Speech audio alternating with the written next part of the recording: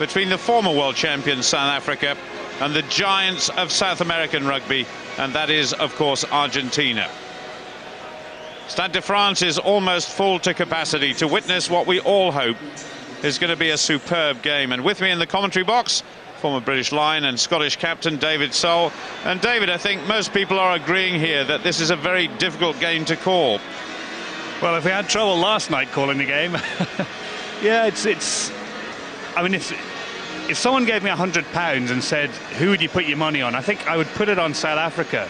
But there's no way I'd want to put £100 of my own money on this match. It is very tight to call. Argentina have come through the hard way. They've beaten France, they beat Scotland in the quarterfinals, and they've looked a very comprehensive side. They built it on a solid defence, and they've got one or two really fantastic players in the side.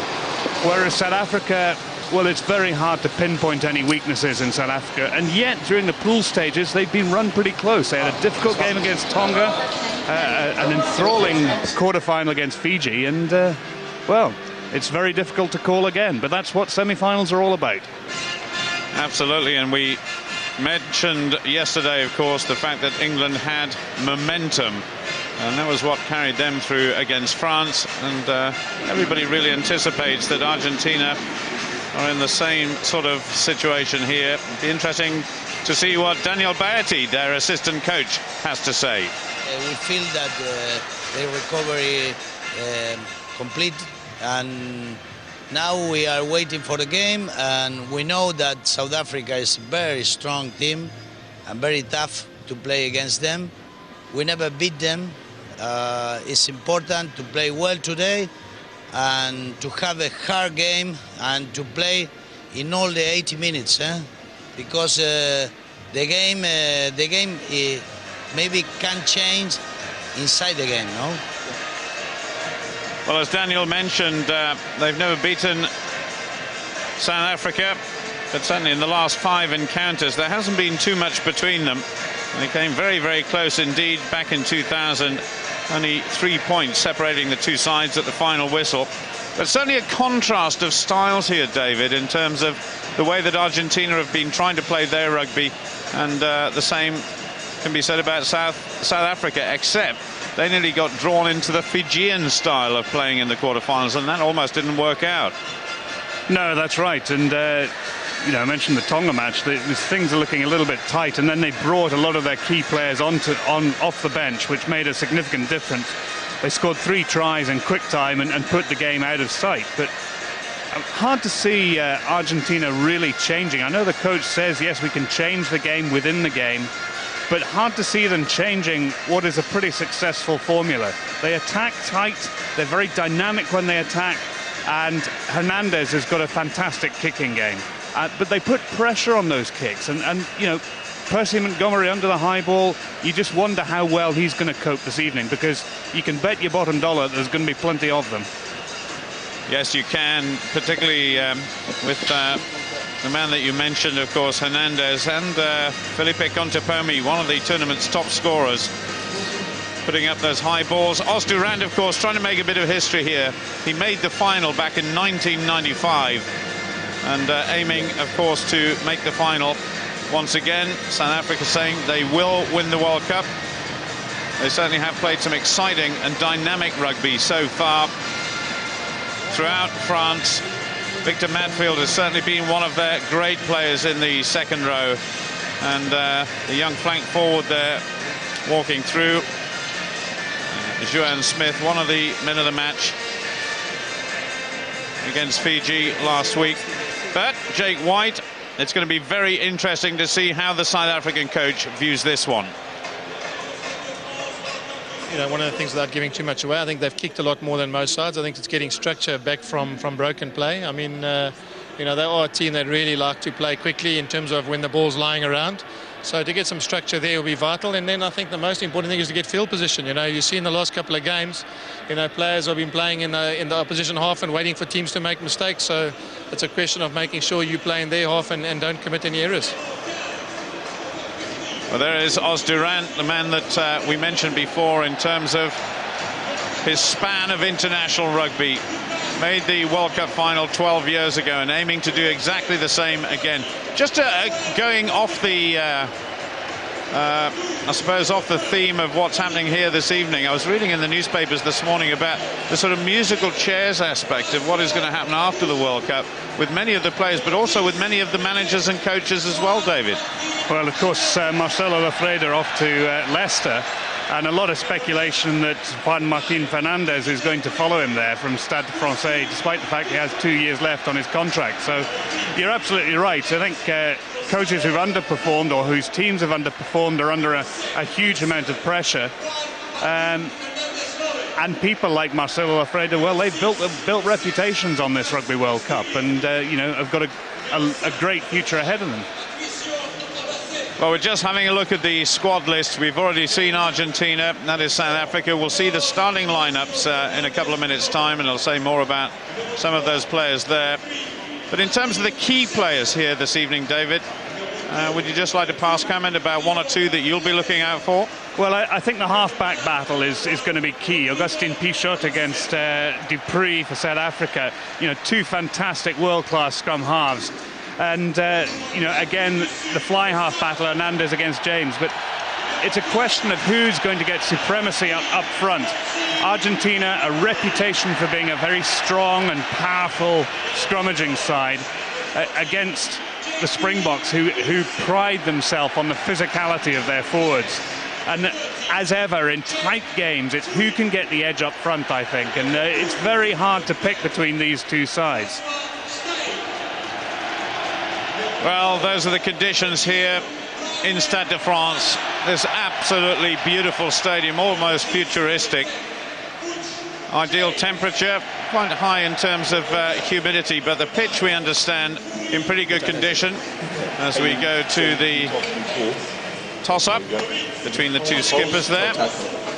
The hooker for South Africa, John Smith, his 73rd international, and of course Augustin Pichot, outstanding scrum half for Argentina. The referee, incidentally, tonight is Steve Walsh from New Zealand, taking charge of his 27th international. So South Africa come out onto the pitch here. Perhaps a chance just to go down to the pitch side there to Robbie Knock, our reporter. Robbie, what is the state of the pitch actually?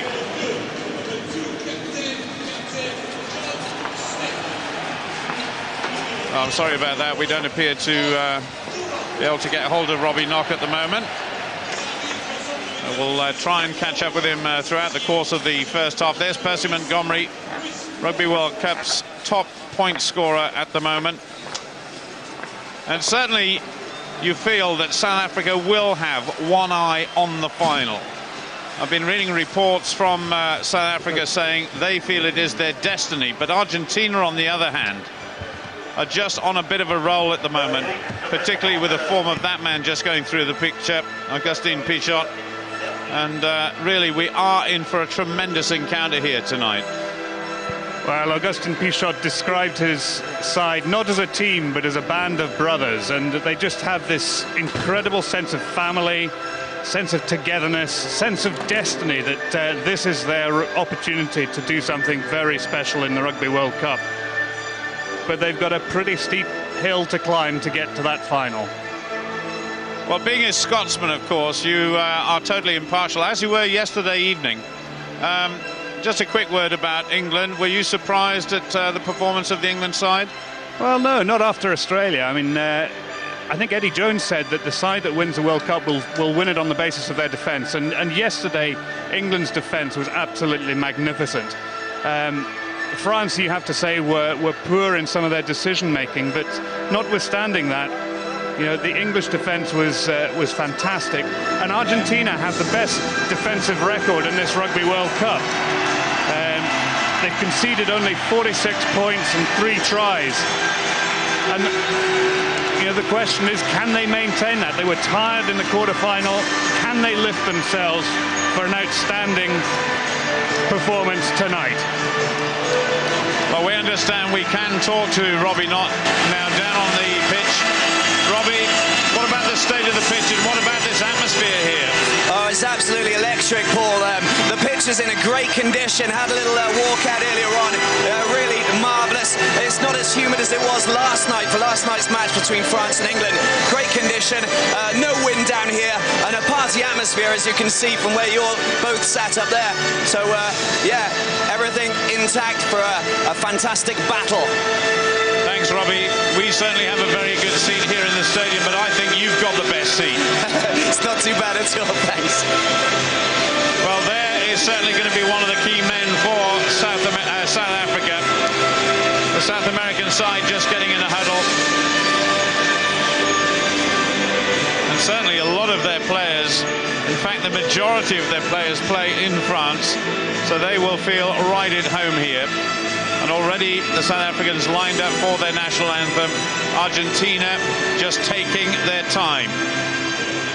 That is the intense look of concentration on John Smith, their captain's face for South Africa.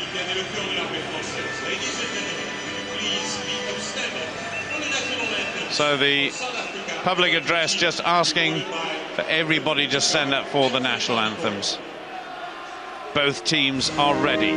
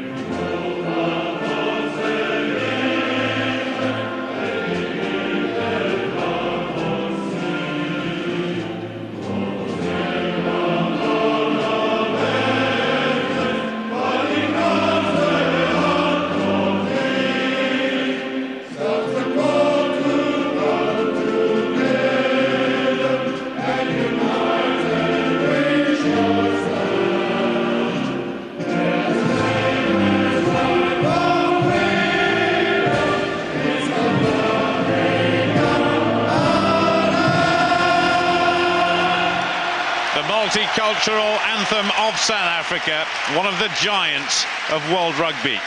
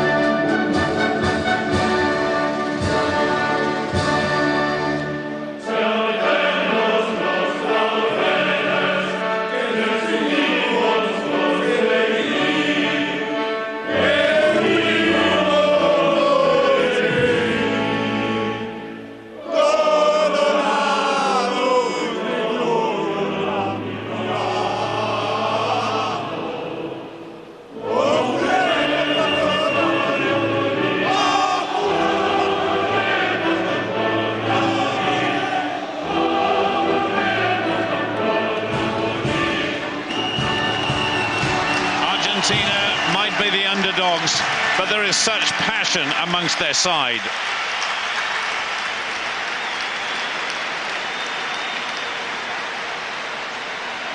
Stade de France at capacity here for this World Cup semi-final. And there is the referee, Steve Walsh from New Zealand. things about to get underway, and there is the starting lineup for the Argentinians. Agustin Pichot, once again the captain, his last international season. Juan Martin Hernandez, 4 drop goals he scored in the Rugby World Cup, the outside half, and Felipe Contepomi, second in the scoring list for Rugby World Cup 2007. The South Africans, led by John Smith, their 74 capped hooker playing at number 2, Joanne Smith, the Free State flanker, man of the match against Fiji, and Brian Habana, one of the tournament's top try scorers, on the wing. And Steve Walsh today assisted by Chris White and Alan Lewis on the touchlines, and Tony Spreadbury is the TV official, very popular Englishman. The semi-final is underway. Argentina playing from right to left, and already we will have a set piece for that knock-on, and certainly 2 teams matched up perfectly here in this semi-final, David Soul. Yes, I think so. A very casual spinning of the ball on his index finger, Agustin Pichot. It's just another stroll in the park on a Sunday afternoon for him, isn't it? No pressure. He's such a confident player. Good pick up there by the number 8, Longo. But good tackling coming in from South Africa, as you would expect. And you can expect certainly a huge effort from the Argentinian forwards. They've been totally dominant against their opposition, including the French in the opening game. What seems like ages ago, around about 5 weeks ago. A scrum down, so a first encounter for Os Durant, John Smith, Christoph van der Linde, and at standing front row for South Africa, but also Roncero, Ledesma and Skelzo. Well, I think it was Agula who tried to go in and ferret that ball out. Pause, engage! So Fourie Dupree for South Africa. Pick up there by Daniel Rousseau. Good tackle coming in from his opposite number, Longo. Montgomery. Big kick there from the South African fullback. Well, I tell you what, Argentina got a huge shove on at that scrum, which eventually disintegrated, but they got a big drive on and a wheel. Oh, interesting. Well, it certainly will be interesting to see the differential in terms of the pack weights. We saw a huge differential yesterday between France and England, didn't we? So a little drive on there. The hooker, Mario Ledesma, right at the back there. Agustin Pichot just controlling things.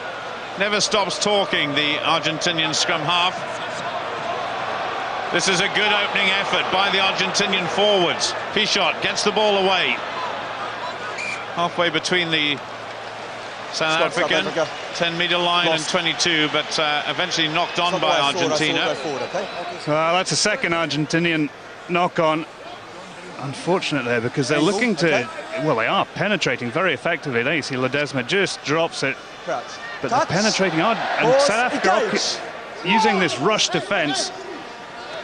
Look at that scrum there. My goodness me, Argentina putting real pressure on South Africa there. Going back to 3 green. If you go in, he can only follow you. One or 2 people are suggesting that South Africa haven't really been tested during this World Cup. Would you agree with that? 3.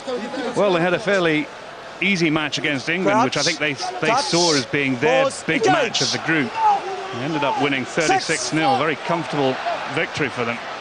Well, that's twice that the South African number 8, Daniel Rousseau, has picked up. First touch for Ignacio Coletto. Oh, well taken. And Montgomery scrambling forward there, but the ball has gone loose, almost up to the halfway line. Penalty to South Africa, very quickly taken indeed. Looking for one of their flying wingers on that far side, Brian Habana. I must admit we haven't seen too much of Habana in the last couple of games, since he scored 4 tries against Samoa and 2 against the United States. Well, you do sense that, inch perfect kick, but you do sense that South Africa maybe just have a little bit of the edge in Brian Habana and JP Peterson. If they can get these guys in space, I think they could cause Argentina a bit of a problem. Well taken by Longo. 2 number 8s are already heavily involved in this game. Now, what can the Argentinians do from here? They've certainly had the majority of the play so far.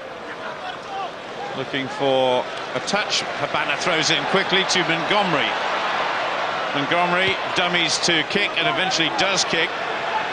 Deep inside the 22, well taken.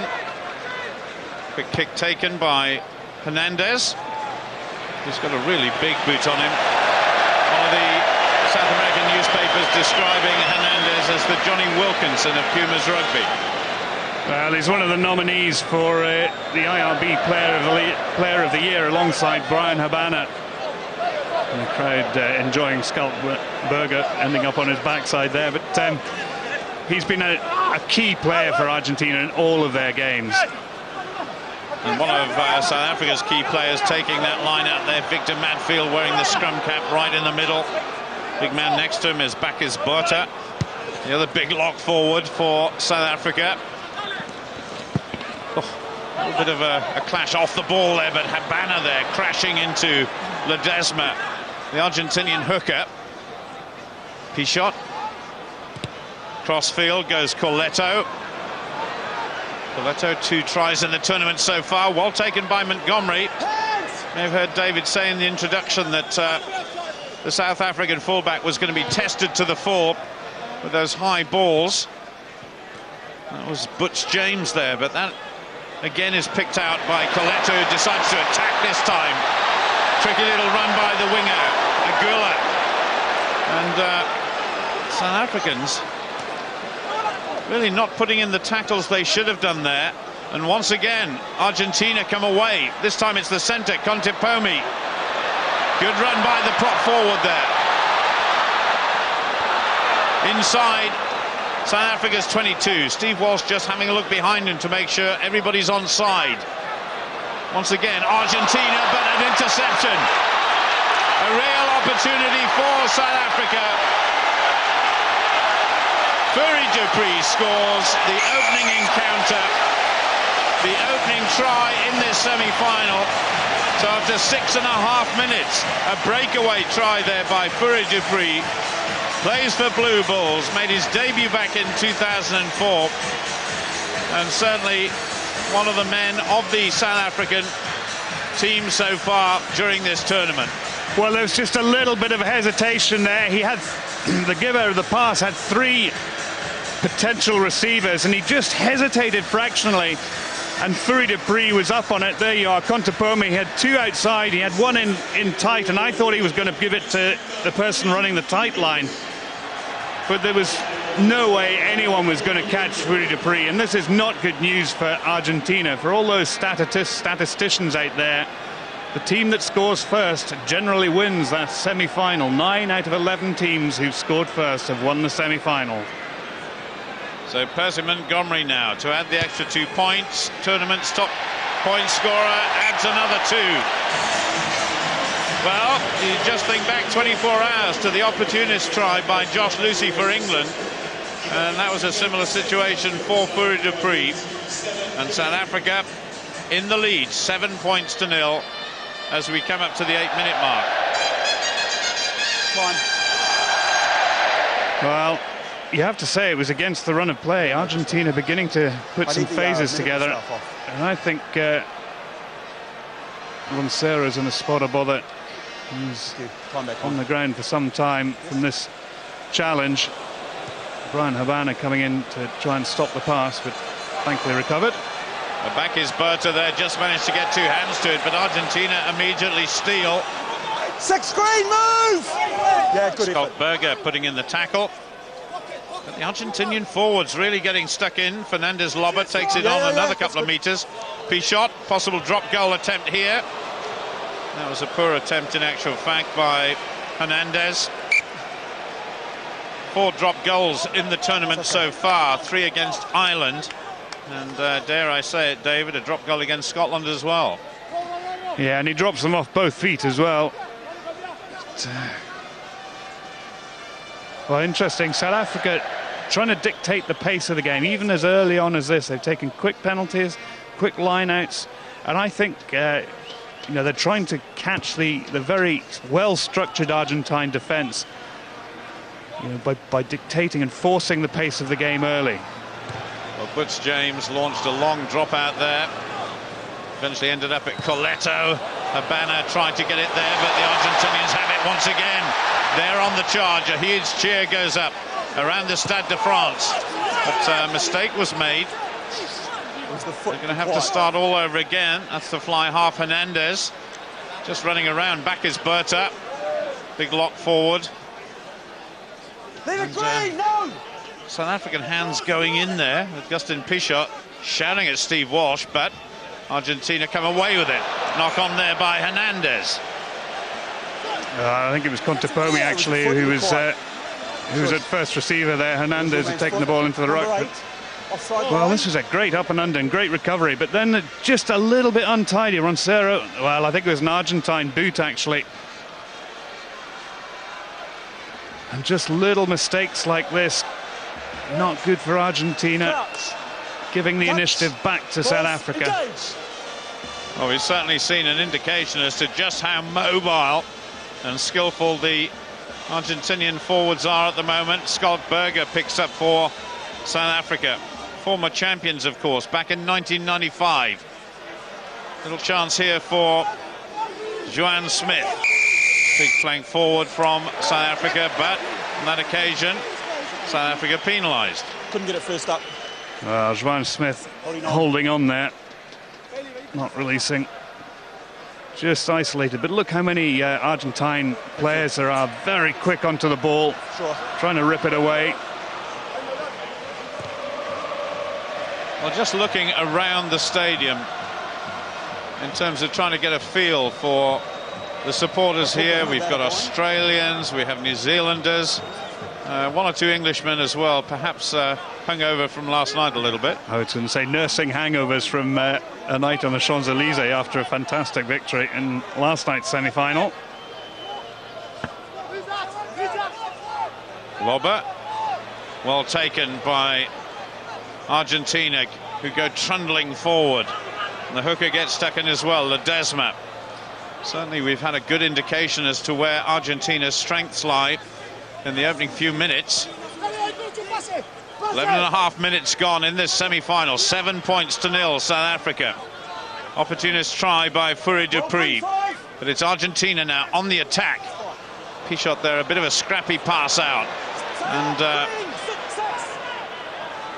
just got to tidy up their play a little bit if they're hoping to attack with real effect and impact. Fernandez Lobber it was who was knocked backwards there by the South African captain, Smith. Not really over the gain line yet. There's some great tackling coming in from South Africa. Augustin Pichot there at the back, just controlling things, shouting and screaming at everybody, including the referee. Just keeping it close, so I think it's fairly sure what Argentina are going to try and do. Going to try and wear down the South African forwards. Pichot once more. Good tackle. That was by Butch James, the South African fly half. Victor Madfield also in there for South Africa. 10th phase of play. So exhausting stuff right from the start.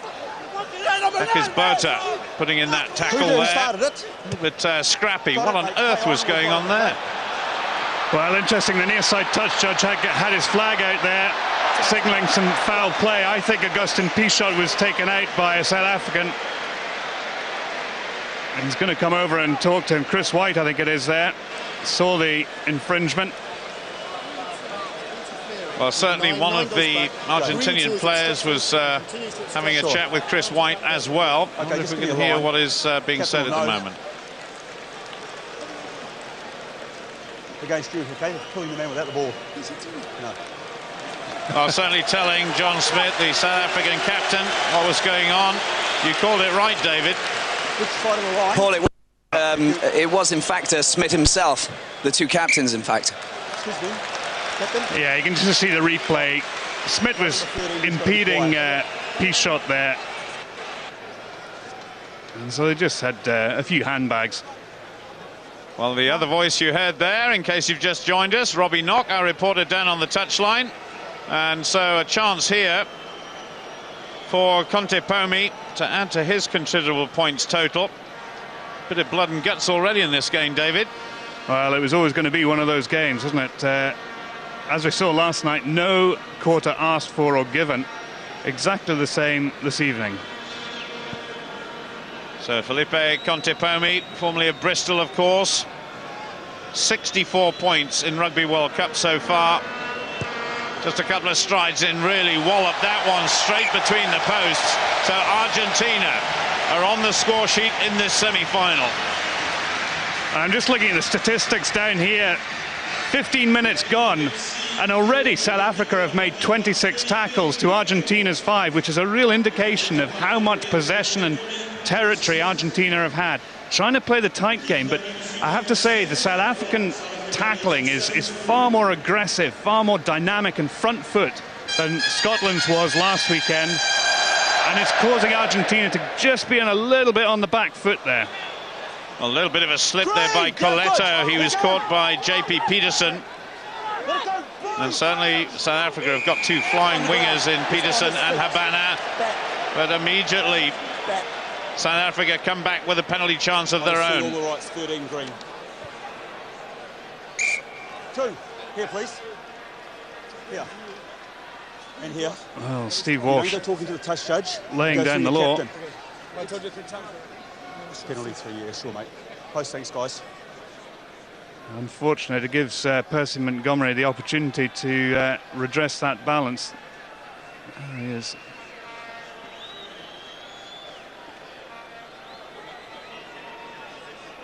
It's a real chance for Montgomery, being a prolific scorer during the Rugby World Cup so far. Made his debut back in 1997 against the British Lions. And this is from the right side. He's left-footed. Hit that perfectly.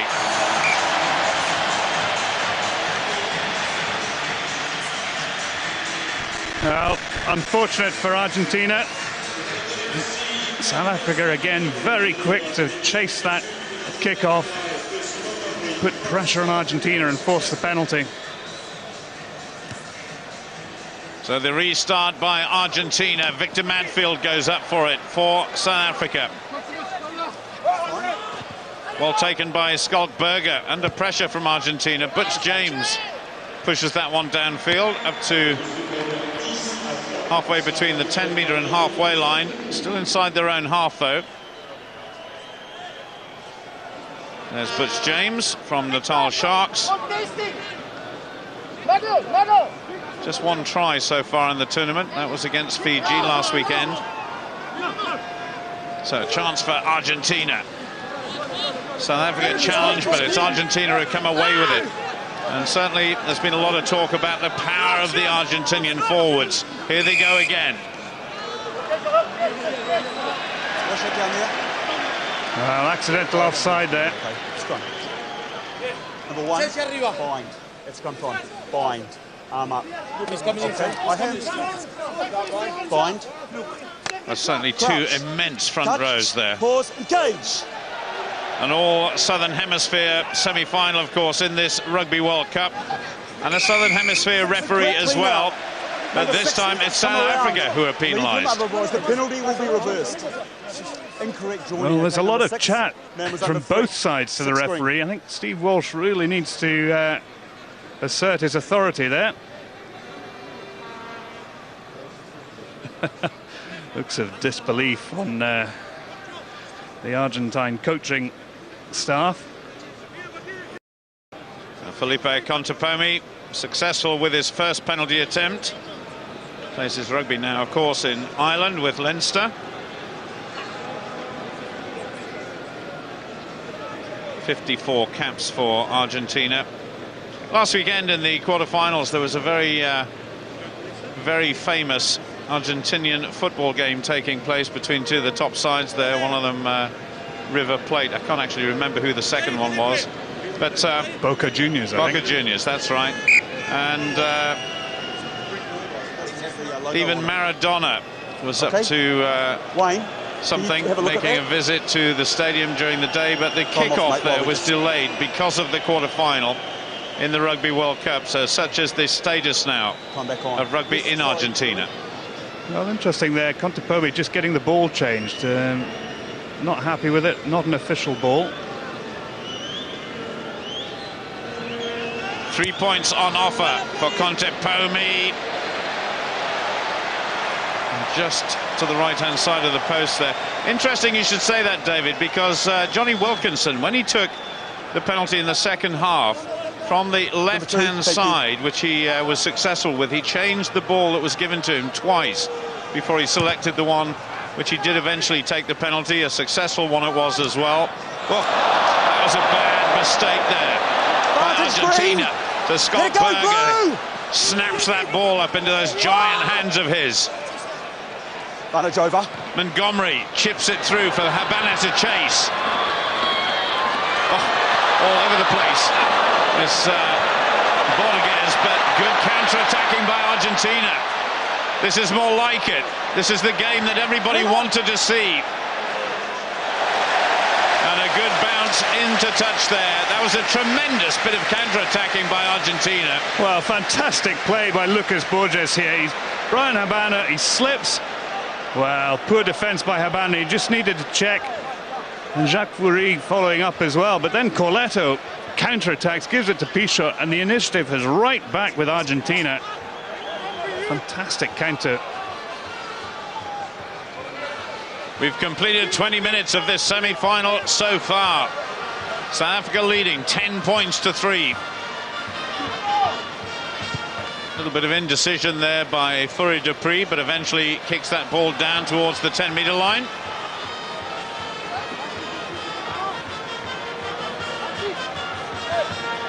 Fourie Dupree there scored against the United States, and their passage to this semi-final against Samoa, England of course, Tonga, then the USA, and then of course against Fiji last weekend. Blood replacement, back is Berta. Lock forward there for South Africa, going off quickly.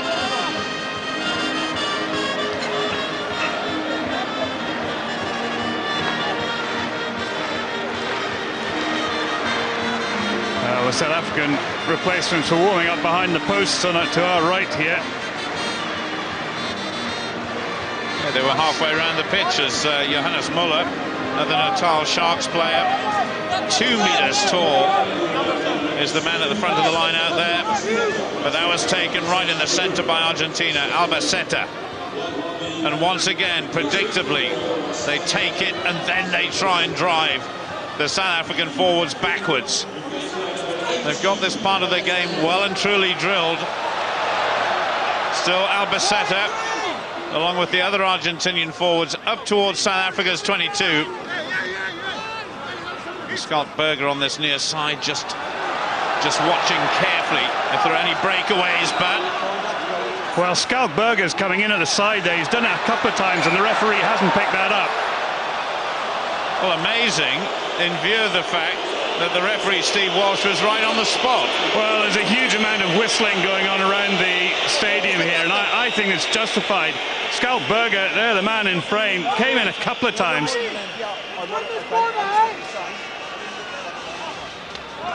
Well,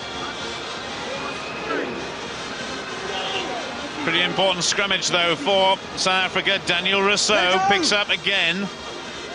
Just sets up that second phase ruck, and then that goes back to Percy Montgomery. Well, there's no question the Springboks not having everything all their own way, and Argentina, if one's honest, have contributed to their own downfall. That interception try as they were pressing, and then the other mistake from the kickoff, the slip and conceding the penalty. It's 10 points they've conceded, which have been pretty soft, really. That was a well-taken line out.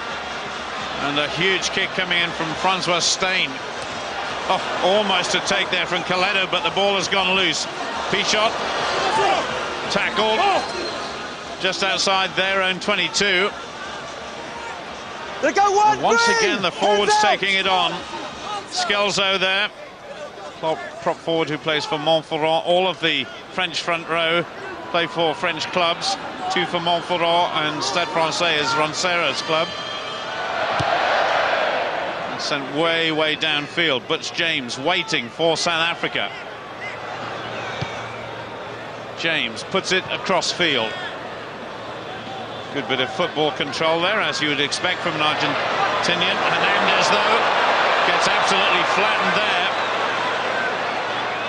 It's perhaps not the most sensible option by the fly half from Argentina. Augustin Pichot is there, of course, to get the ball away. That's going to be close. Taken quickly. Drop goal attempt. Totally missed time by Francois Steyn. So Augustin Pichot this time puts it into touch, but quickly taken. Montgomery. Good enterprise by South Africa. Not picked up there by the hooker, Maria Ledesma. So still Argentina under a bit of pressure here. They're not making their kicks count, and that one will be picked up by J.P. Peterson. Now this guy's got real pace. Decides to put it high. Pichot underneath it. And even Pichot dropped it, so kicked on there by Jacques Ferry. Oh, good little breakout by Hernandez. He's not just a kicker. Very skillful when he's got the ball in his hands as well. Oh, totally mistimed it, but eventually it goes into touch. 24 minutes gone. Still South Africa 10, Argentina 3. I think that was the important point at that stage in the game.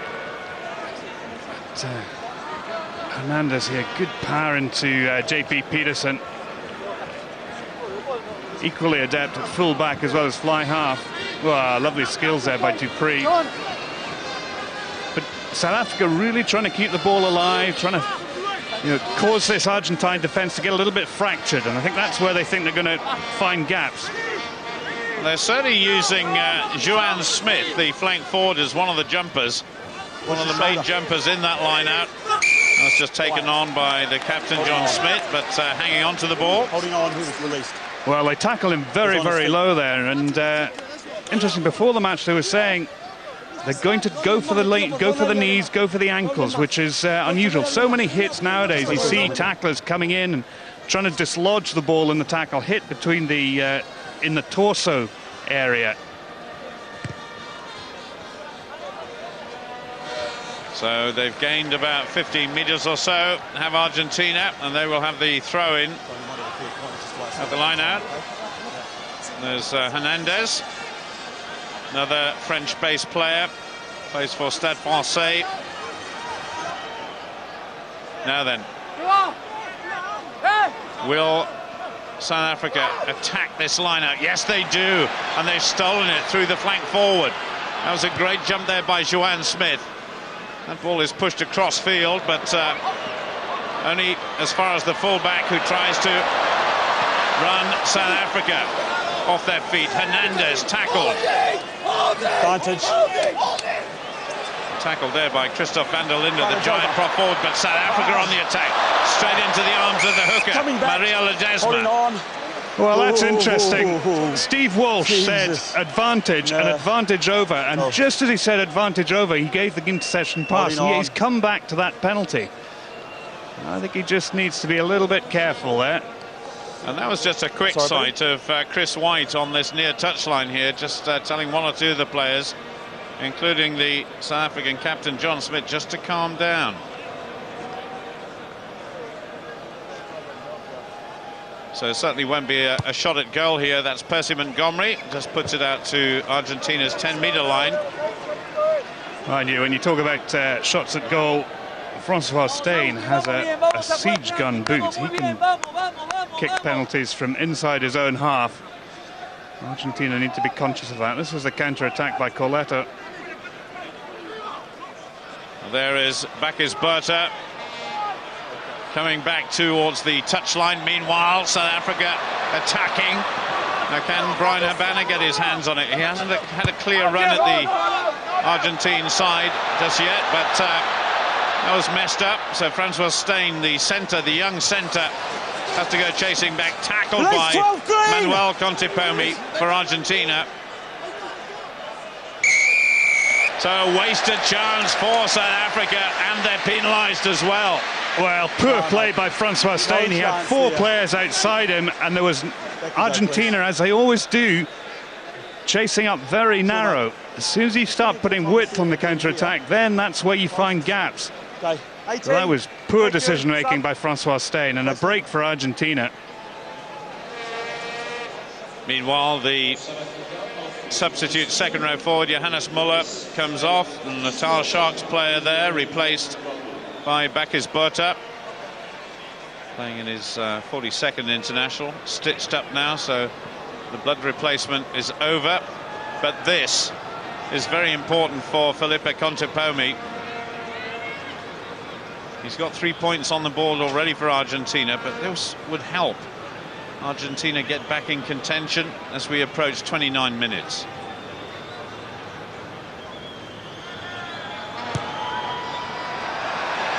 Beautifully struck by the Argentine centre. So South Africa are leading now, but the lead has been reduced. It's 10 points to 6. Well, there was really nothing on there for Francois Steyn as he counter-attacked.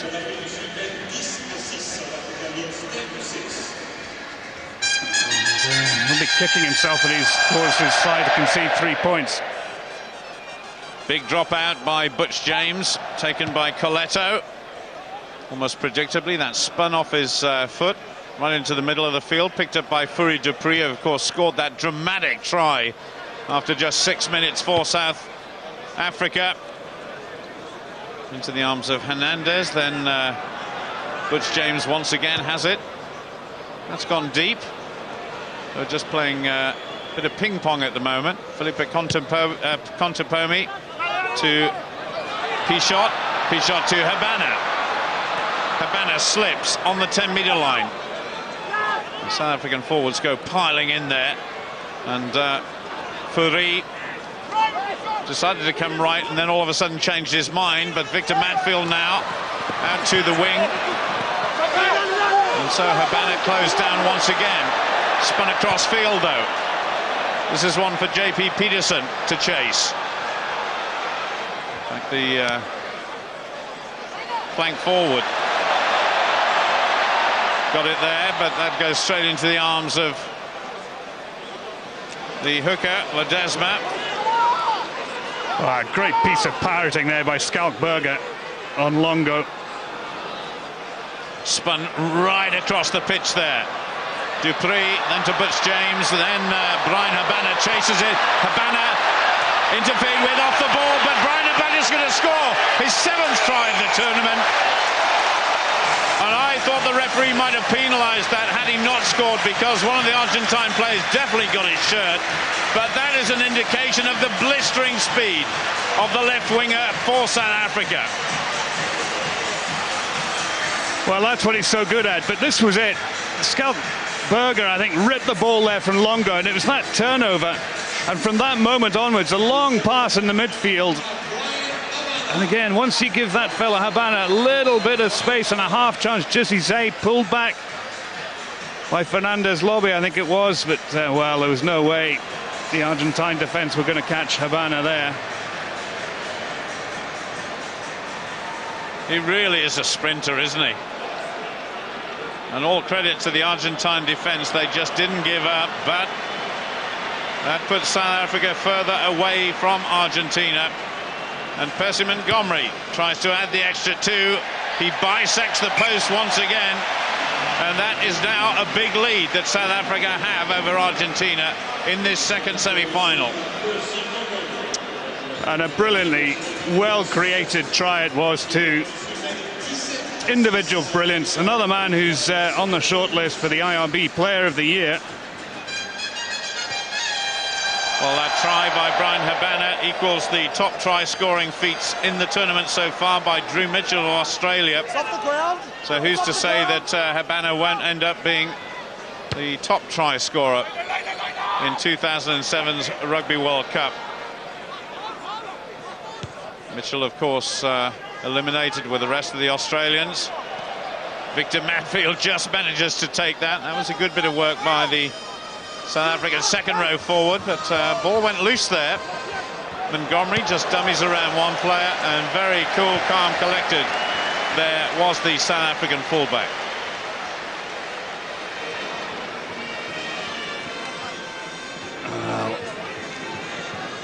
A lovely bit of play there.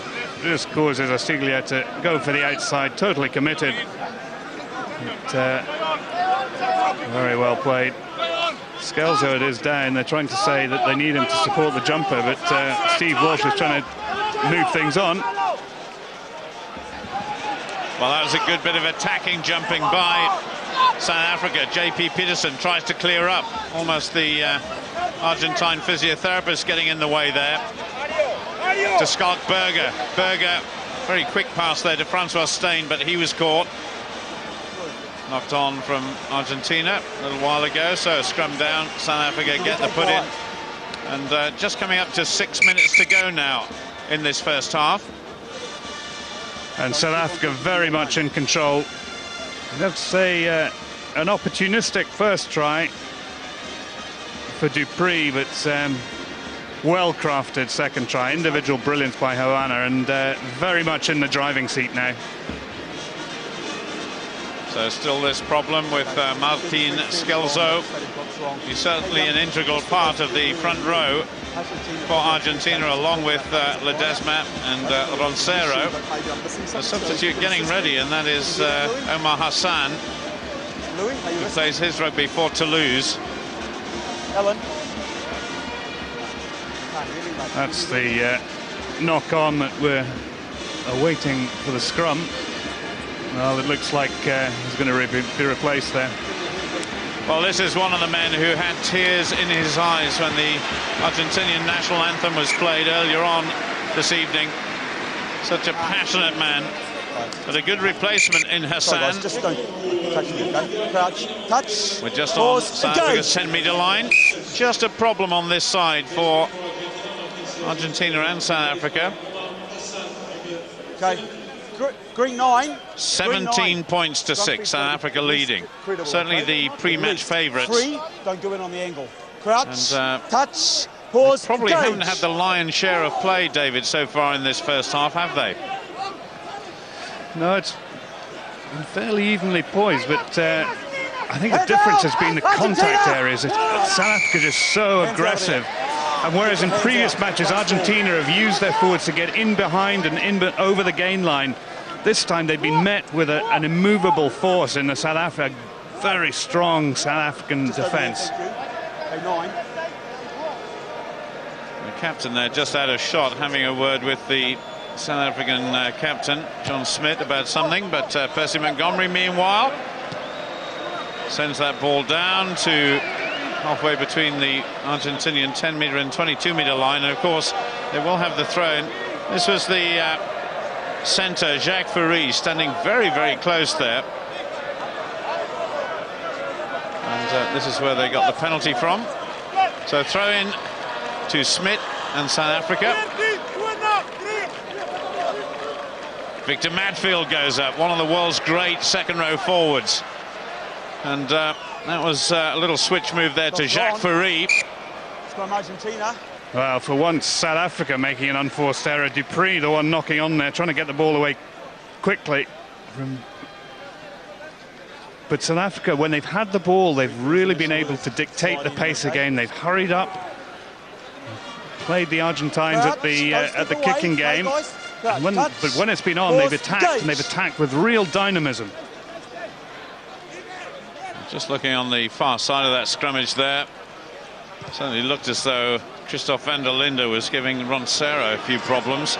That was taken by JP Peterson to Montgomery now, once again. Hoists it high. That was almost well taken, and JP Peterson almost getting away to score a try. Well, Rousseau was the one penalised there. He just came in and pushed Fernandez Lobby out the way rather ignominiously. I think he thought that Fernandez Lobby was trying to do a bit of lazy running to try and protect the catcher there, but I'm happy with it. He was at least 3 or 4 yards wide of where the ball was going to come down. That's a big kick. Takes play down just outside South Africa's 22.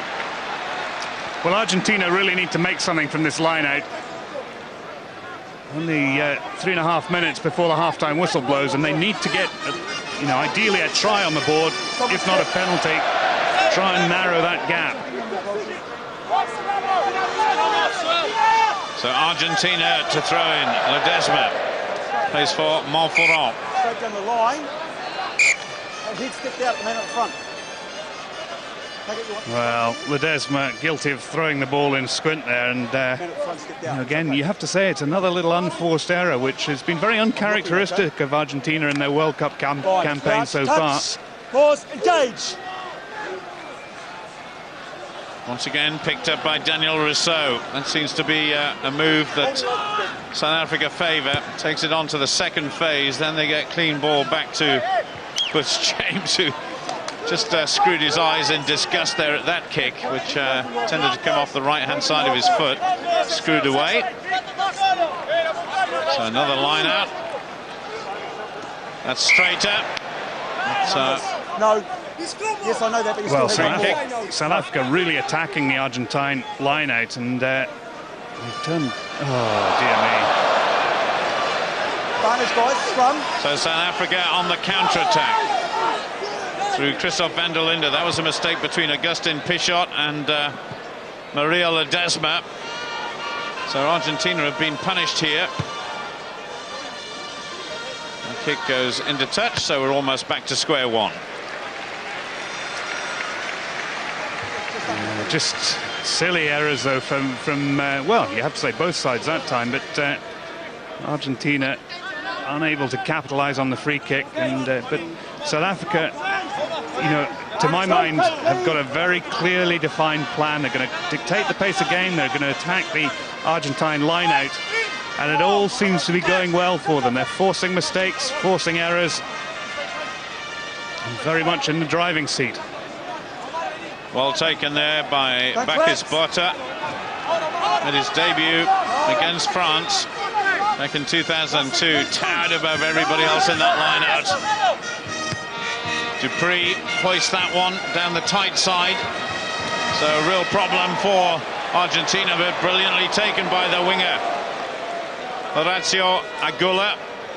Oh, once again Hernandez having a real problem here today, and that is quickly taken by the South Africans. A chance of a try and a score, my goodness, on the counter-attack. Daniel Rousseau, the player who crashed over the line, and so that is their third try in this first half, and that is a big lead for the former champions. Well, that time it was Hernandez, the guilty party. He was standing very deep from the ruck, well inside his 22. Well, sorry, he was just outside his 22, but he just took his eye off the ball, and from that point, South Africa had the numbers. Good play. Nice offload by Schalkberger to his fellow back row player, Rousseau, who just had an easy scamper in, but Hernandez, he just looked up at the critical point. Good passing by the South Africans from Steyn to Fourie, then to Schalkberger. So Montgomery has been successful with the boot so far, and he maintains his strike rate. That is the end of the first half, and right on the stroke of half-time, the leaders have been increased by 2. It's the former champions from 1995, South Africa, who are leading Argentina by 24 points to 6.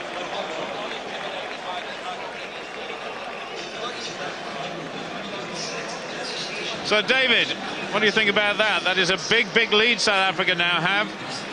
Well, it is. I mean, Argentina came into this match with the best defensive record of any other side. They'd only conceded 46 points. They'd only conceded 3 tries up to this point, and they've conceded 3 tries in the first half.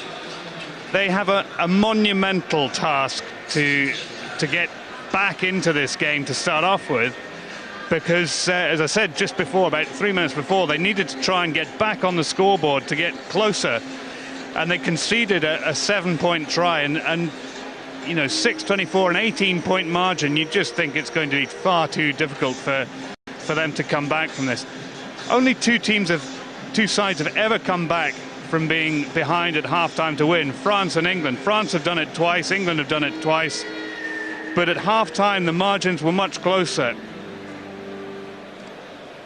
Interesting shot there of one of the great landmarks, not just in France but in the whole world, the Eiffel Tower there, and there is an exposition down there for rugby supporters to go and look at 24 hours a day. But that is the story of the first half. Perfect record for Percy Montgomery and 3 tries, and I guess you could say the perfect start for the South Africans. Well, it was, and it all came from a good attacking Argentine position. That interception try was just an absolute killer. You can see how even it was. Argentina started off very well. You know, after the first quarter, they were dominating possession, they were dominating territory. South Africa were the ones who'd made all the tackles. But, you know, gradually, South Africa have come back into it. And the thing that has impressed me about South Africa is the aggression in the tackle. Argentina have been very effective in the games up to now in terms of, you know, using their big force to drive in, get 3, 4, 5 yards behind the gain line, and it gives them the platform for quick ball to move and then dictate the pace of the game and dictate the shape of the game. They've been met by a very aggressive, very physical defence, and it's really unsettled them, and they've made uncharacteristic errors as well. Turned the ball over, you know, slipped. All these things which just are the things which make these games so finely balanced, and if you get them wrong, you find yourself in deep, deep trouble. Well, certainly it was a well-known fact as to the anticipated tactics of Argentina, where the likes of Coletto and Hernandez were trying to attack Percy Montgomery down that fullback channel, and Montgomery has certainly handled that very well. And when Montgomery hasn't been there, when Montgomery hasn't been there, Francois Steyn has been there as well. So South Africa reading the Argentinian tactics pretty well. Yeah, I think so, and I think they will have known coming into this game. Argentina have got a very well structured defence, which you know, is very good close to the ruck and maul. And as soon as you start accelerating the pace of the game or attacking from width or depth, that structure begins to fall apart. Here's the interception. You see there were 3 runners there. There was 1 tight, 2 wide, and Dupree just picked off the pass easily. And for Dupree's 9th try for South Africa during his career, as the Argentinian bench looked on in disgust. Well, dismay and disgust, all of these sorts of things. It's no one was ever going to catch him. It was an easy run-in for the scrum half, but as I say, you know, South Africa have been quite inventive. They've taken quick penalties, they've taken quick line-outs, and it just, you know, accelerates the pace of the game, and it means that the Argentine defence doesn't have that time to reorganise themselves. Montgomery certainly decisive with the boot, and certainly if South Africa do go through to the final, the kicking confrontation between Wilkinson and Montgomery is going to be absolutely immense. And this was a bit of confusion as far as Argentina were concerned. Yeah, it was the penalty back, Pichot and Smith having a little bit of a contretemps. Sure. Okay, just which side of the line? There we go. You can just see Smith comes through. He holds Pichot, still holding on to him. Excuse me. And eventually Pichot takes it into his own hands. So that was Felipe Contepomi. We've got the top 2 point scorers in Rugby World Cup 2007 here on the park tonight. But this was another mistake by Coletto. You know, he slipped and then he tried to run it out, and you know, they got penalised at that moment, and that was directly after Contepomi had got Argentina on the score sheet. You know, 3-7. They're still in the game, but, you know, concede another 3 points, and that 3 points becomes meaningless. You know, they stretched the lead to a 7-point lead, and it just gave South Africa that cushion and that momentum to sort of keep pressing and keep using their defence as such an important attacking weapon. So at this point in time, certainly all about South Africa. Place 12 green! Pick up there from Francois Steyn. I think Francois Steyn and Jacques Farid probably the best centre combination in the world at the moment, but on this occasion they were penalised. Certainly very good kicking again from Philippa Contepomi. Yeah, and here we are with Habana's try. It was a beautiful pass out into the middle of the field, and they just had numbers. And Habana, well, you see Skelzer just hold on to him and recognise that if he carries on holding on to him, he's going to concede a penalty try. So, fantastic finishing from that man. You know, he's got an amazing strike rate. He's playing today international for South Africa, and he scored over 30 tries. I mean, that is almost unbelievable in international rugby these days. Yeah, but when you've got that sort of gas, it's hardly surprising. I mean, you know, I felt that South Africa had the edge out wide. If they could just release these sorts of runners with a little bit of space, it was going to make life for Argentina very, very difficult. Once again, that man Montgomery converted. Still had one more try to come, of course, in this first half. It came from a mistake by the outside half of Argentina and meant that the number 8, Daniel Rousseau, crashing over for his 6th try in his South African history, right on the stroke of half-time. Yeah, so but it was hugs and kisses, dare I say, all round. But it could have been any one of 4 or 5 players. You can see on that angle there, there's four runners on the outside, 1 on the inside. You know, great support play by the Springboks there. But, you know, for a man who's been, you know, one of the stars of this Rugby World Cup, it was a very uncharacteristic mistake. Well, a big man like Rousseau, nearly 6 feet 5 inches tall, very difficult to stop from that range. And Montgomery continued his 100% record with the boot. So certainly a lot for South African supporters here to cheer about. And just at this moment, I'd like to go down to our pitchside reporter once more, Robbie Knock. Robbie, an enthralling first half. What was your impression?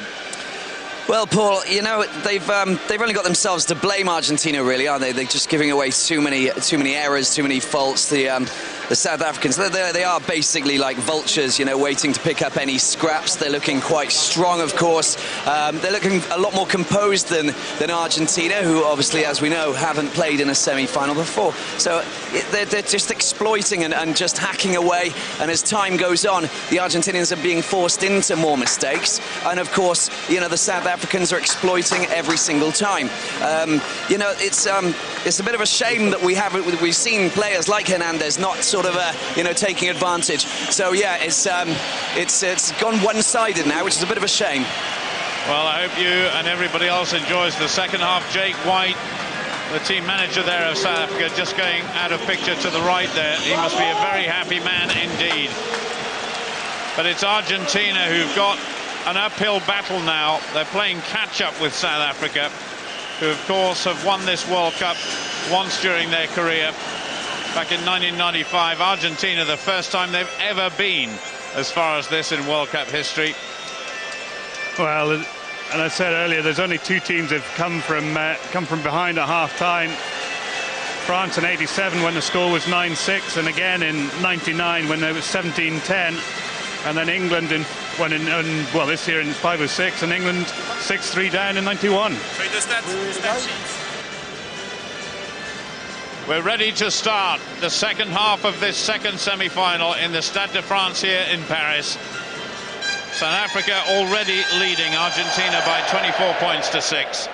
And Philippa Contepomi there, the Argentinian captain, has got to produce something special with the rest of his team to get back into this semi-final battle, to make their claim for a place in the final next Saturday. Well, they've got 40 minutes to do something very, very special, Argentina, and you just sense they've got to play catch-up rugby right from the start of this second half. There were too many missed opportunities in the first half, and hopefully there'll be a few opportunities will present themselves in the second half to make more of a game of it. Otherwise, it's going to be a very one-sided affair. Van der Linde giant prop forward right at the back there. That was for Juan Smith. They've used him a lot as their target in the lineouts. John Smith, the captain there, just trundling forward. And this is more like Argentinian play that South Africa are adopting at the moment. For Dupree, hits one high into Argentina's 22. Oh, under severe pressure there. And certainly Scott Berger's got a hand on it, so South Africa have stolen it. J.P. Peterson acting as scrum half. And Steyn there. Back to Furi Dupree. Come up easy. Steve Walsh, the New Zealand referee there, just blowing and taking play back inside the 22. Well, the touch judges come on to intervene with a little bit of words being said between CJ van der Linde and Agula, the left wing. Both got each other in a headlock and both aren't letting go. I've seen nothing else but that, but they both need to be spoken to now about their future conduct. 3 and 11. Boys. Chris White. You know what this now means for you guys, okay? No more foul play in this match by either player. Acceptable? Understand? Let's go. We're going back for a knock on and a scrum green ball. Say, if I think it was a winger, I wouldn't take on CJ van der Linde. I'd pick on someone a little bit weirder than him. Van der Linde almost... Sorry, Argentina. Had his tournament wrecked when he got a knee problem against the United States earlier on in the World Cup, but he's back looking as strong as ever. That's a tremendous shove by Argentina. A bit of chatting back there to Steve Walsh, so they're taking on an extra 10 metres. Just a little bit edgy, you know, there's a lot of indiscipline there. You know, the centres having a bit of a go at each other, Furi and Gontapone trying to dictate the just discipline at the early stages of the second half. Both captains need to get a good hold of their sides and just control things. So Hernandez, big kick. That was a massive punt down the field. Oh, it was a siege gun, my goodness me. Full 50, 60 metres. A chance now for Argentina at the line-out. I certainly think South Africa's line-out has been absolutely superb here this evening. Albacete, one of the targets there, but actually goes to Fernandez Loba. They go around the tight side. Into touch. Well, there was nothing on up that tight side. It was just too narrowly defended. For once, Argentina are able to get clean ball from the line-out. The Springboks have attacked it very, very effectively and have pirated ball away from Argentina. Well, that is Os Durant, the veteran prop forward from South Africa, playing in his 78th international. Just took a bit of a hit here. Oh, my goodness. It was him on the tackle, but his cheekbone, I think, went crashing into his opposition's head. Well, there you go. As I say, there was nothing on. 3 South African defenders. Ledesma nowhere to go, just bundled into touch. That's the substitute prop forward, Yanni du Plessis. And he arrived last Thursday as a replacement prop for Brendan Botha. He's not on the park yet, though. There's Os Durant still on there. He'll be reluctant to give up that position, won't he? Yeah, he's a seasoned campaigner. I mean, incredible longevity for the big fella. He's trying to make his second World Cup final in 12 years. Well, that was Daniel Rousseau once again picking up at the back, but almost made a hash of it. So Butch James has to react very, very quickly indeed. But Argentina now, chance to attack. Now, what can they do from here? Being closed down by Brian Habana and the rest, so the chip forward there. And Dupree there, just letting the ball run out. Well, Argentina really need to try and keep the ball in hand and keep the ball in play.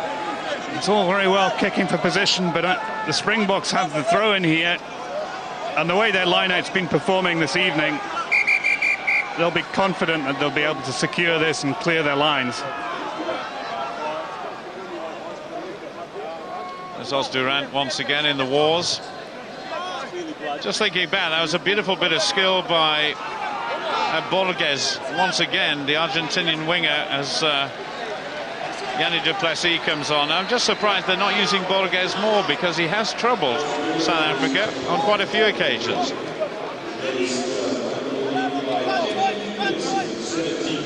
So the latest addition to the South African forwards in position, Yanni du Plessis. Well taken by Bakis Botha, right in the centre of the line. Both him and Victor Matfield have played superbly here already today.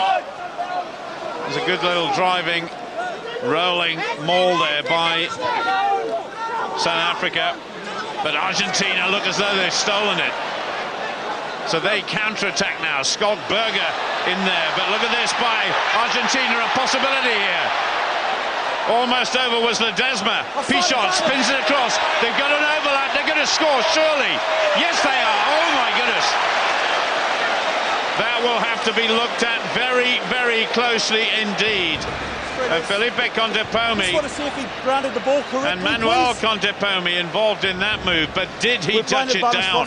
Here, checking the ground at the ball. Well, Contepomi nodded to Steve Walsh, so he thinks he's scored. We'll see on the screen in a minute when the replay comes. But what you're saying. Well, if he didn't score, he really should have done. There we go. I think that's a try. I think it just bounces up after he grounds it. Well, does it? Well, that is going to be a tough one to call, and Tony Spreadbury, it is, the English international referee, is up in the television match official's office, and it was both Percy Montgomery and Francois Steyn on the tackle there. There is Tony Spreadbury. That's the first time we've actually had a shot of the TV official. Well, it's interesting. From the end-on angle, it looks fine, but from that angle, it almost looks as if he loses possession. From this angle here, it looks as though he grounds it effectively. There. Downward pressure on the ball. Well, Mr. Spreadbury has a very, very important decision to make here. It's a try. Argentina are the first to score in the second half. Manuel Contepomi's second try in the tournament, and it's come at a very, very important time.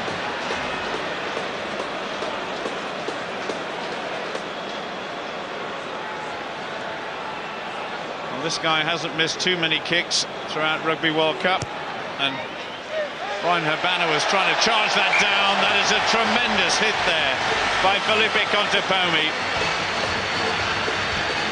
Well, it was a great piece of pirating work. It came from a turnover. And here we are. There were loads of people. He just slipped. Ironically, if he'd been able to hold his feet, he'd have been over easily. But he just slipped short of the line. Not the start to the second half South Africa wanted, but precisely the opposite as far as Argentina are concerned. Fernandez Loba there, just taking it on a few meters for the Pumas of South America. Deeply back to Coletto once again. With a big kick coming in. In fact, it was Hernandez that time. Well, he's got a massive boot. There are overhead wires here which support these cameras, and in the quarter-final against Scotland, he kicked it so high, it actually made contact with one of these wires. And these, you know, gosh, well, 50, 60 meters above the playing surface here. Argentina, of course, beat Scotland 19-13. That was a little bit scrappy there. So a little bit of tidying up to be done as the South African back row there hurtled through on Argentina. A little bit of desperation there, but now JP Peterson for South Africa, supported by Percy Montgomery, but the Argentinian forwards are there in force. Just over their 10-meter line. Comes spinning out the back. Picked up by Longo, but it was knocked forward. Well, Longo has picked up the man of the match trophy for the last two times Argentina have played, against Scotland and against Ireland, and he's not just quite as assertive this evening as he has been. Where it was, mate. Christoph van der Linde on this side for touch, South Africa. pause, engage. Two giant front rows. We still haven't seen the combined pack weights of the two squads of forwards, but I'd be very interested to see that. England yesterday far outweighed the French, and in the end that was certainly a contributory factor to the English victory. There's Osterrand, this veteran prop forward in every sense. Made his debut back in 1994, David. Now, you're a former front row forward. That is unbelievable. Well, I think the resilience of people like Osterrand and Jason Leonard, who obviously retired now, but incredible the amount of pressure that goes on in these front rows. And it's twisting, turning pressure as it was there that time. South Africa penalised. Well, certainly the referee there, Steve Walsh and John Smith, the South African captain, would have had quite a few encounters in the past in Tri-Nations rugby. Know each other well, know their style of play, and on that occasion he was saying that John Smith was at fault. So there is Osterrand back on the field. Yannick du Plessis' appearance in this semi-final short-lived. Well, I tell you, the Argentine supporters around the Stade de France have all been on their feet trying to urge their side on. If they can get another score, we've really got a game on.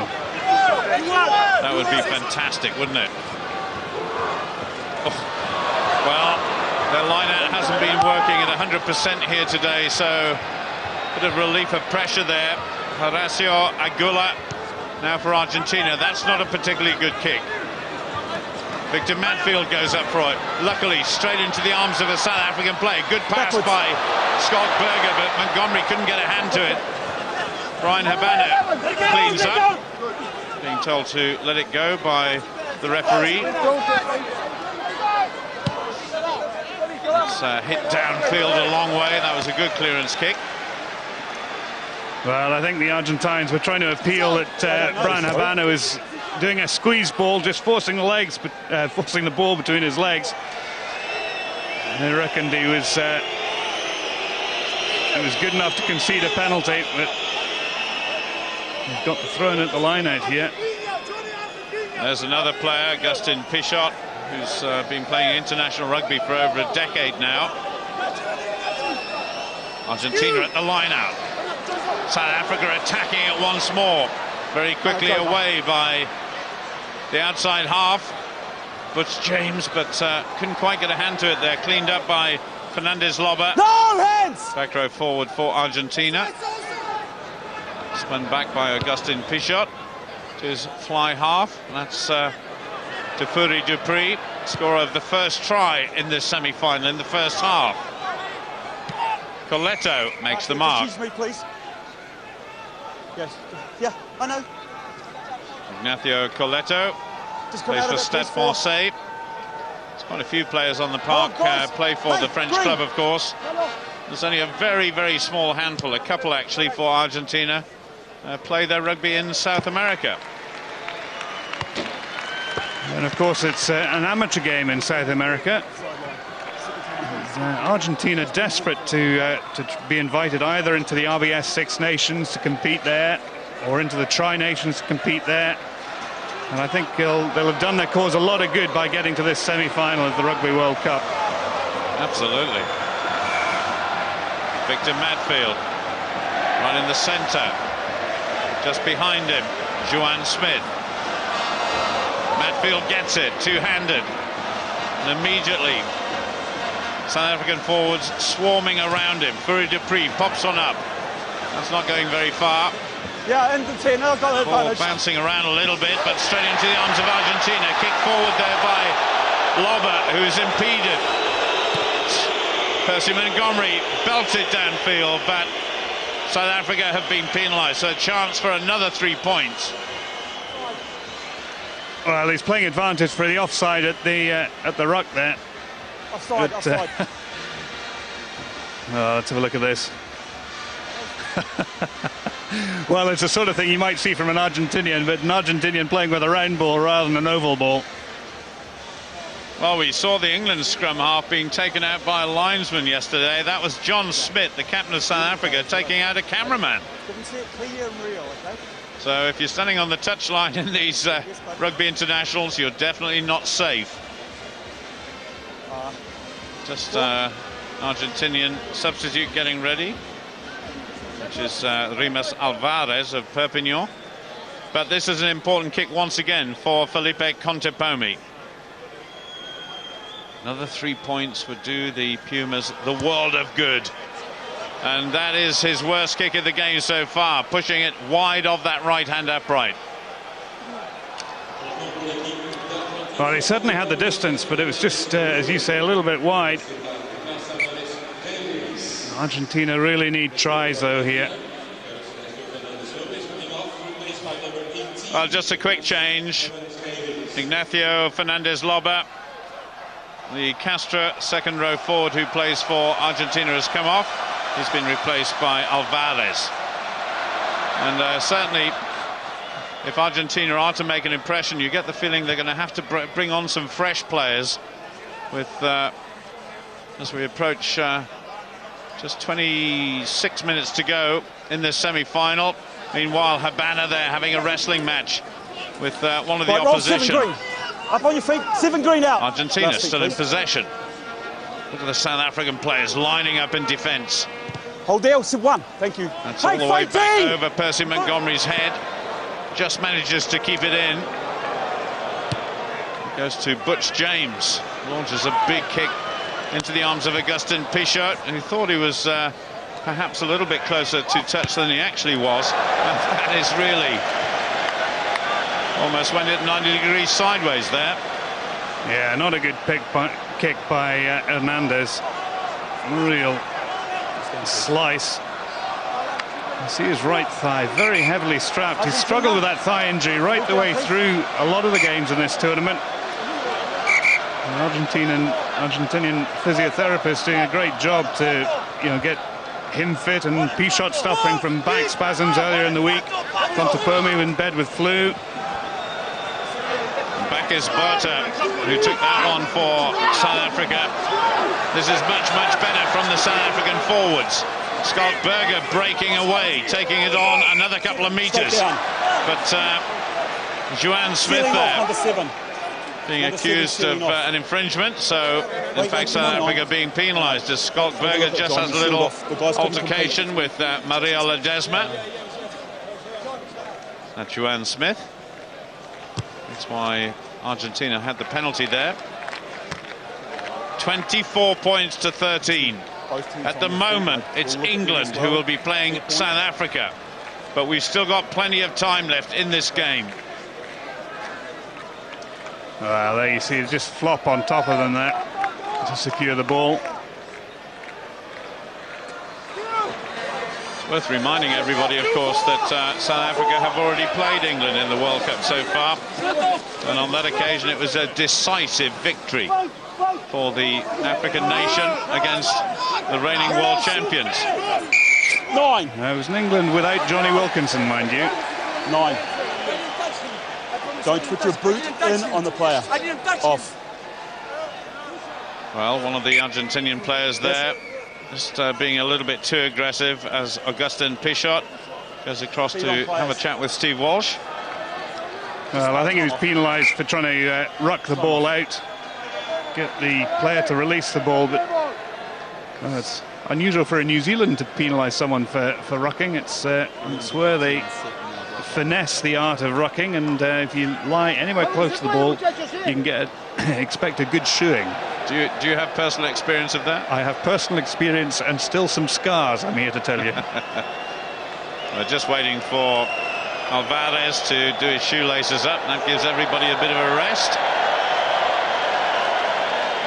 We must have a Mexican wave going on in the stadium somewhere. Every time I hear that cheer, there's usually a bit of activity. So play has moved into Argentina's half. Can't actually see any evidence of what the referee was talking about there. So John Smith to throw in. Scott Berger looking a little bit bloodied around the nose. Matfield down to his scrum half. That was a great tackle there on Francois Steyn. Yeah. Well, Francois Steyn trying to do the hard yards, and that time just double teamed by Argentina and spilling the ball. Hernandez it was, and Ostiglia. Well, hang on, give yourself space. Don't move it. Stay there.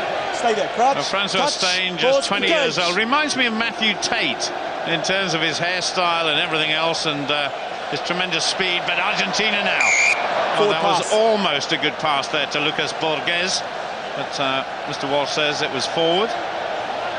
Well, interesting. Argentina trying to create something off the back of the scrum. And I was talking with someone earlier today.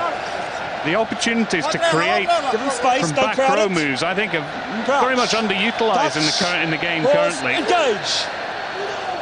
Dupree. Once again, Daniel Russo just clears it up. Good attacking move there by Francois Steyn. That was forward to Montgomery. So not everything going right for Steyn. Forward from 12. That's not a bad South African coaching team they've got, David. Well, lots of experience, lots of World Cup experience there as well. Eddie Jones sitting alongside Jake White. Interesting, in a tracksuit. The players got together and they wanted him to be entitled to wear the South African blazer. Of course, he's an Australian rather than a South African, so not this time. Still smarting, I guess, from the World Cup final 4 years ago, but hopefully involved in yet another World Cup final.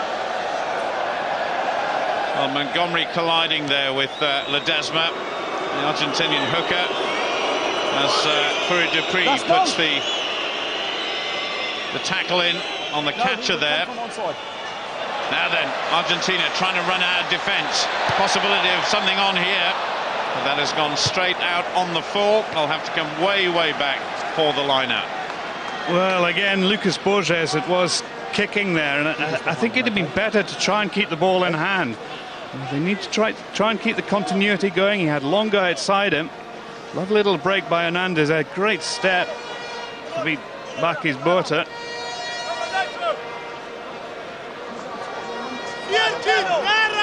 $11 points the difference between the two teams. Argentina have got to score twice. Joanne Smith, the target, hit perfectly there, lays it back for Fourie Dupree. This time it goes on to Skolkberger. Right on Argentina's 10-metre line now. Dupree once again, drop goal attempt perhaps. And for the second time in the game, the ball just scurrying along the ground. Well, it was a very ambitious attempt by Butch James. He was 2 metres inside his own half. James once more, this time putting it into space. That was a good kick. Oh, what about that for precision from the man from Natal Sharks? Well, you have to say, why didn't he do that the first time? And I think this is what South Africa have to do. They've got the cushion of a comfortable lead. 11 points the deficit for Argentina. And if they pin them down back in their own 22, it's going to be very, very difficult for Argentina to score the number of points that they need to get back in this game.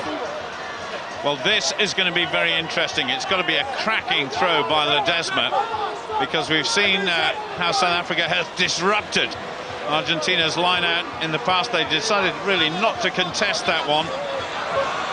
So Argentina hoping to get themselves out of trouble. Good breakaway there by the number 8 Longo, and that went on to Augustin Pichot. But now South Africa can counter-attack. They've got Brian Habana on this side, but Montgomery decides to go route 1 down the middle, and Argentina have turned it over. There are men over the halfway line. Back inside there to Borges. Good defence by South Africa. Philippe Contepomi there, trying to drag one of the South Africans out of the ruck there. It's Brian Habana. Coletto takes it quickly. No support coming though. And South Africa there in numbers. And that was a big mistake, I think, by Argentina. Well, I'm not sure I agree with you. I think they had to, look to accelerate the pace of the game. but Coletto went without any support, and when he was tackled, he went to ground, and Butch James did a fantastic job there. This was the breakout earlier. Well, you can see South Africa piling in at the side there, killing the ball. Once again, the referee is having a chat with the touch judge, Alan Lewis, and asking for Augustin Pichot. Are you going to listen? Yeah. Okay, number 13 is becoming an issue with off-the-ball play, okay? You need to deal with him. That's Manuel Contepomi he's number talking 11 about. as well, Louis? One of the small handful of people who plays his rugby in down. South America. Okay, don't play the man. Brian Habana there just Calm having a back on, chat please. as well with Steve Walsh, but Just it over is there, a thank you. penalty to South Africa. Argentina really tried to break out well there, and it's just a shame that their player hung onto the ball for too long. That is another great kick.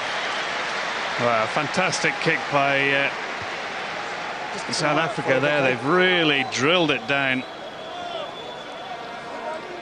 Just trying to see if we can see. Wow, there, right by Chris White in front of the touch judge. Not a smart place to go off the ball. John Smith and Victor Madfield have been absolutely superb in the line-out for South Africa so far. Just coming up to 17 minutes to go in this semi-final. Goes to Madfield once again, one-handed. So quick.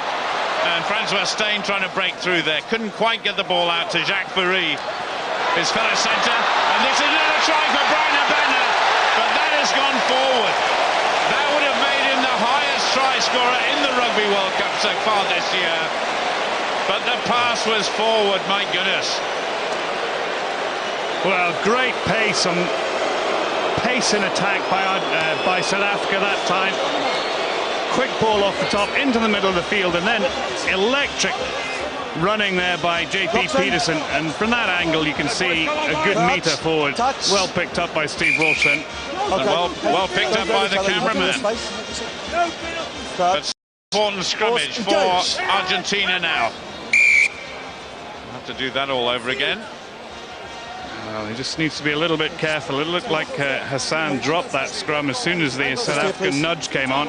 Yeah, sure. Fair point. Okay. Certainly that front row combination of South Africa has been working very well indeed. Just turning it around a little bit, caught by Scott Berger there. Big blonde flowing locks of the South African flanker, but Argentina bring it away. Way downfield, caught by Habana. Now will he have a run at them? He's going to attempt a drop goal, perhaps. No. Up and under. 2 or 3 men around it. Oh, Habana almost got a hand to it. Picked up quickly by Jacques Ferry. One each way. Scrum. Ball bouncing around like a bit of slippery soap there. Yeah. Well, I think everybody in the stadium thought that was going to be an Argentine advantage, but fresh legs coming on. Number 6. Robbie, we've got a couple of substitutions down there. Yeah, absolutely. We've got Juan Manuel Guizamon, number 8 from London Irish, and of course Tiesi, the centre from London Irish. So the pair from London Irish coming on to bolster the Argentinian side. Crouch, touch, pause, another big engage. scrummage coming up. It was heading down, okay? I don't know who was going down first there. Well, interesting. Lafreda put Tiesi on the bench because he thought it would bring more of a physical presence to the Argentine midfield. I'm up, one green. Touch, pause, engage. Halfway between the 10-metre and 22-metre lines. Big shove by South Africa. Back to their outside half. Montgomery. Up and under. Almost predictably. That is a big kick. Oh. Bouncing off the shoulder of Coletto. Winger offside. Well, Brian Habana was about a metre ahead of Percy Montgomery when he put that up and under. Offside. And the referee was shouting at him to withdraw. He tried to, it was too late. John Smith complaining that... yeah, shut up and play, says Pichot. Well, certainly Augustin Pichot, as we just see a picture there of one of the all-time greats, Jenna Lomu, looking very relaxed. Certainly Augustin Pichot gets first prize for the amount of chat during a game. Well, like every good scrum half, always like to try and influence the referee as best they can. Well, World Cup winning scrum half Matt Dawson is just behind us for BBC Radio. He's another guy that likes to have a bit of a chat with the referee as well. And has kicked way downfield by Francois Steyn. Good pick-up by Coletto. Just inside the 22. No, it's happy. We're heading towards 70 minutes now. And still Argentina a couple of scores away from making what would be an historic appearance in the World Cup final. But at the moment, it's South Africa who are in the driving seat. Well, you have to say, time beginning to run out. The fresh legs have been injected by Lofreda, but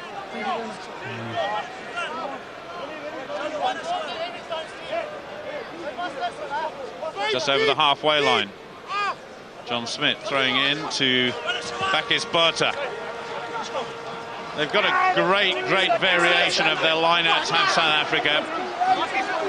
And once again, in the second half, their forwards really have got into top gear, driving their forwards. And Argentina penalised. Did I just say driving their forwards? I did, didn't I? Yeah, I mean, that time Argentina collapsing that driving maul. Oh, look, Francois Steyn saying, give the ball to me, I want to have a drill at goal. And it's just back here, okay? Well, you know, down in Marseille last week, when the South African team were warming up for their quarter-final clash against Fiji, I was watching Percy Montgomery doing a similar sort of drill to Johnny Wilkinson, which is essentially lining the ball up at a very tight angle to the post to see if he can hit the post. That's how he gets his accuracy going. Whereas this guy was taking the ball back to his 10-meter line, his own 10-meter line, and slotting them over with room to spare. It was absolutely unbelievable to watch. He's young, he's very big and very powerful, this Francois Steyn. And this, I think, will be the longest penalty attempt of the whole of the Rugby World Cup so far. Just a couple of strides in, he slipped, so that will fall short.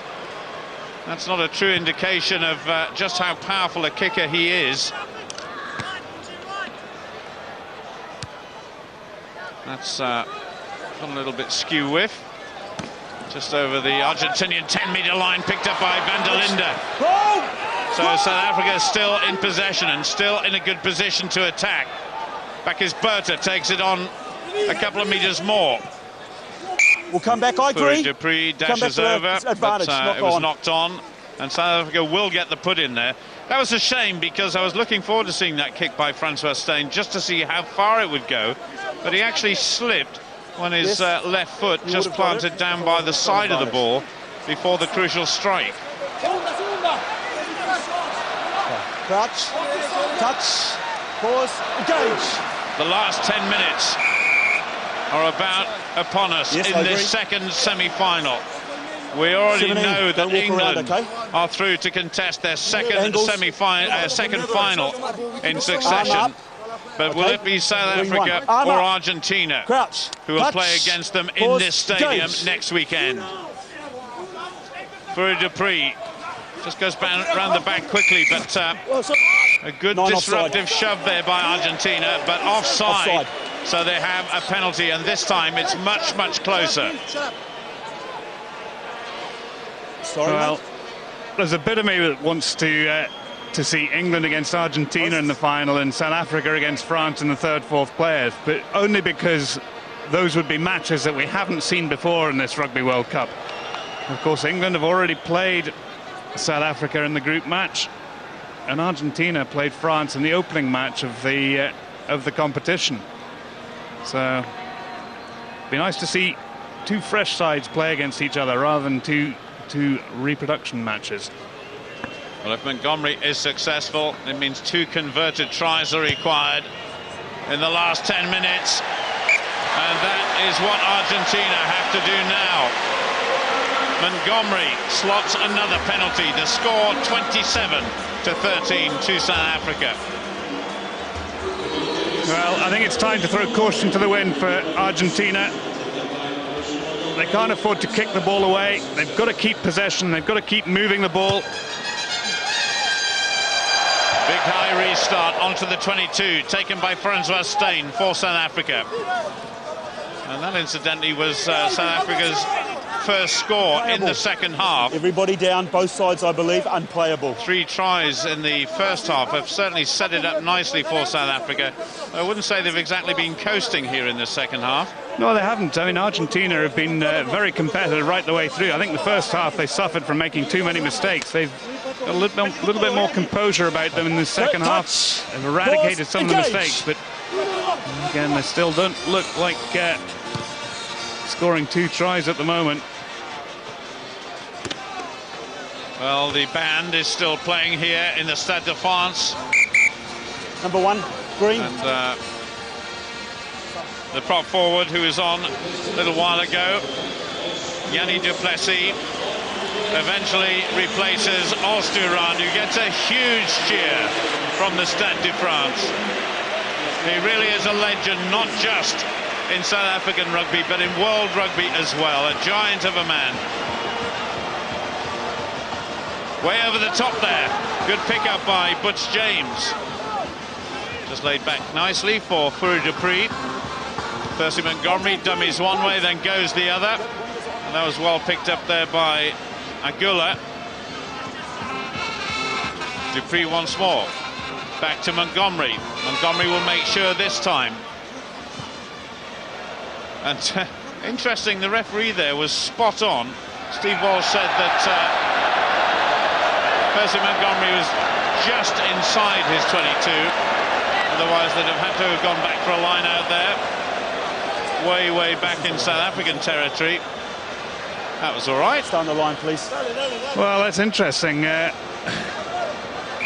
think the hooker thought that it had touched the line, and he stepped out extraordinarily, and South Africa now have the throw-in. Victor Matfield shouting instructions to his captain, the thrower. Once again, they get organised so that they can drive it forward. And unusually, it's Argentina. The Argentinian forwards on the back foot. Schalk Burger takes it on. For Dupree, just looking for options. It's got to come out to the left-hand side, surely. There's not room around the right-hand side. Taking the halfback, leave the halfback and alone. Argentina really throwing caution to the wind, but they've been penalised. So another chance for South Africa to put these guys under more pressure. Sure. Posts. Well, I'm sure they'll go for the post. Grabbing the halfback. They were too urgent, just diving over, trying to get the halfback as he was scurrying in to get the ball there. Just through here. There's the captain, John Smith, who must be delighted with his team's performance, and this certainly would put it beyond doubt. If Percy Montgomery were successful. Well, the way he's kicking at the moment, you wouldn't want to bet against him. He scores 24 tries in his career in a South African jersey. He's not just a kicker, but when he does kick, he's absolutely spot on. That brings the score up to 30, and that really constitutes a very, very fine performance indeed by South Africa. Bobby Skinstad, one of the legendary names of South African rugby, coming on. Another Natal Sharks player, can you believe? Oh, thank you. Argentina restart. They desperately need a score at this stage in the game. Scrum, Argentina. Well, I have to say, I think even if they do score, they're still too far behind to make a difference. Are you happy 5 here? and a bit minutes left on the clock. Segunda. 17 points Touch. adrift. Pause. And Engage. that's even to get on parity. Well, Skinstad just moved into the number 8 position, replacing Daniel Rousseau. I don't believe it. Brian Habana is going to become the Rugby World Cup's top try scorer. We were saying just a moment ago that Argentina had thrown caution to the wind, but they were punished in the most severest sense there. Brian Habana scores his 8th try. Well, I'm afraid it was telegraphed, that pass. You could see it up here in the stand. They had to do something. Brian Habana just came off his wing. He saw that Hernandez was going to give the wide pass, and he picked it off brilliantly. And no way was anyone in World Rugby going to catch Brian Habana with that sort of start. I always set up the tire if I didn't make it. Well, Habana certainly has increased his stock value during this World Cup. There must be coaches all over the world looking at him, thinking, my goodness, I'd love to have somebody with that speed and vision. There he is, 8 tries in the Rugby World Cup so far. And he's got Rugby World Cup's leading try scorer of all time in the crowd, Jana Lomu. Look at him, he's smiling all the way as he's running in there. 37 points to 13, thanks to that try by Brian Habana and the conversion by Percy Montgomery. Certainly, South Africa are home and dry, and they will contest the World Cup final against England. Yeah, there's no question about that. And their victory has been founded on a very aggressive defence in the first half, and just capitalising on the mistakes that Argentina made. Well, Hernandez hit a little bit late by Butch James. I don't think anything Clock's still 18 seconds out. illegal about it. The restart by Hernandez. Advantage. What can Argentina conjure up Multiple knock-ons, guys. First as one by they Argentina. exit the World Scrum Cup green. 2007? Coming up to the last 3 minutes of this game, and that really is a decisive victory. There's the skipper just having a word with Jake White. He's been replaced by Bismarck Duplessis. Oh! Pick up there from Bobby Skinstad. And certainly South Africa trying to put Argentina under pressure once again. They're not finished yet. Flags up, gents. The flag goes up on the far side through the touch judge. The rather disconsolate Argentine bench there, but there's been nothing ambiguous about this Come back over here. this South African victory. It's been comprehensive, it's been complete. Perhaps Argentina not over yet. Good tackle by Scott Berger, but it was an illegal tackle, I think. Green! Well, that's interesting, because I think the citing commissioners may well have something to say about that. No, one!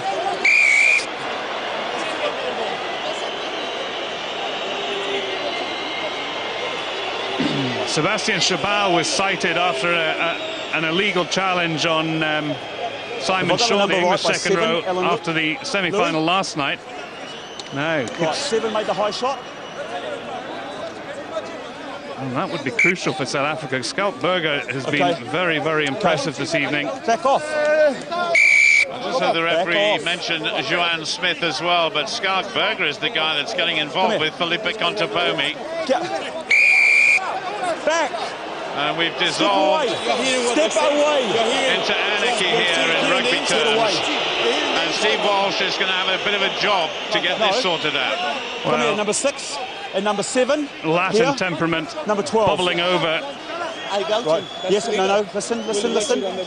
Listen. The penalty is going to you, and it will be a sin bin. Do not take the law into your own hands. Well, somebody's going to the sin bin, but will it be Schalk Burger or will it be Joanne Smith? Don't because go in, protecting your man. whoever is okay? going in Stay there right out of it. Back looks off. as though number they 7, could be cited. You're in the bin for a high fact, shot, okay? both of them could be. Well, he's sent Joanne Smith to the sin bin for 10 minutes, and we've still not seen a replay of the incident itself. Time on. Well, here it is, David. Well, I think Joanne Smith clearly guilty of the high tackle there, but I think it'll be interesting to see, the afters and the implications of what happened after that. Skaldberger, I don't think there's anything to worry about from his challenge there. It was what happened after that. Well, Skaldberger wasn't far short of tackling high as well, but that is the last time we'll see Joanne Smith in this game. Just 2 minutes to go in the semi-final here at Stade de France. Argentina with the throw-in. Once again, South Africa challenged through Johannes Muller. Berger involved once more. Oh, that was almost a little breakaway for Felipe Contepomi. Here, number 12, leave it.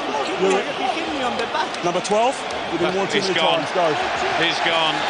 So Contepomi, involved in that altercation a few moments ago, joins Joanne Smith in the sin bin. Well, it's disappointing, and Contepomi will get a very severe talking to by Steve Walsh, and I think he's absolutely right that Walsh sent him to the sin bin. Well, just a cheap shot there. That is a shame, because it's been a very physical confrontation, but, you know, really until this last 5 minutes or so, the physicality hasn't bubbled over. It's been fairly well disciplined. There's been a lot of big hits, big tackles going in, but the discipline has generally been pretty good. Numbers 1. Well, Felipe Contepomi hasn't just been one of the best players for Argentina, he's been one of the best players in the World Cup. Second on the point scoring table, and his World Cup is over. And well taken there by Johannes Muller, number 18, but Argentina has stolen it. The hooker there, Ledesma, goes to ground. Leave it. Just have it. Don't believe there's any advantage coming. We're coming back for scrum, the scrimmage. Argentina. And we understand, David, that Daniel Rousseau, the number 8 for South Africa, there he is, right in the middle of Oz Durant and the lock forward there. He's the man of the match. Do you agree with that? Well, I think the South African back row has been immense. You know, it's been the foundation of a very aggressive defence. I thought Skaldberger, I think, has done a lot of really good pirating work, turning the ball over at the forefront. I mean, I think when you have a blonde shock of hair like that, you do tend to stand out. But forward advantage, Green. There's a big tackle coming in from one of the South African substitutes there as Montgomery just punched that downfield. Coletto it is who goes back for it. We're over 80 minutes now, and that surely is the end of this semi-final. It is South Africa who face England in a week's time. A brilliant pair of tries by Brian Habana, but a superb performance in the end. A little bit of an anticlimax at the end of that second half. But Percy Montgomery and the rest of them march on in this World Cup. It's England against South Africa in the final.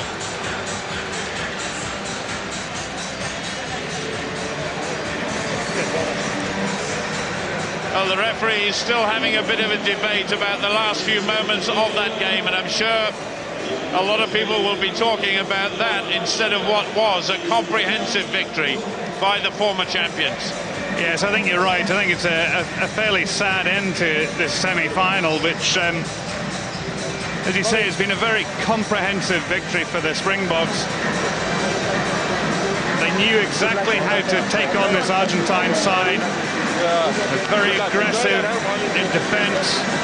They dictated the pace of the game, and they forced Argentina to make errors. And I think that was the downfall for Argentina in the first half, the errors that they made.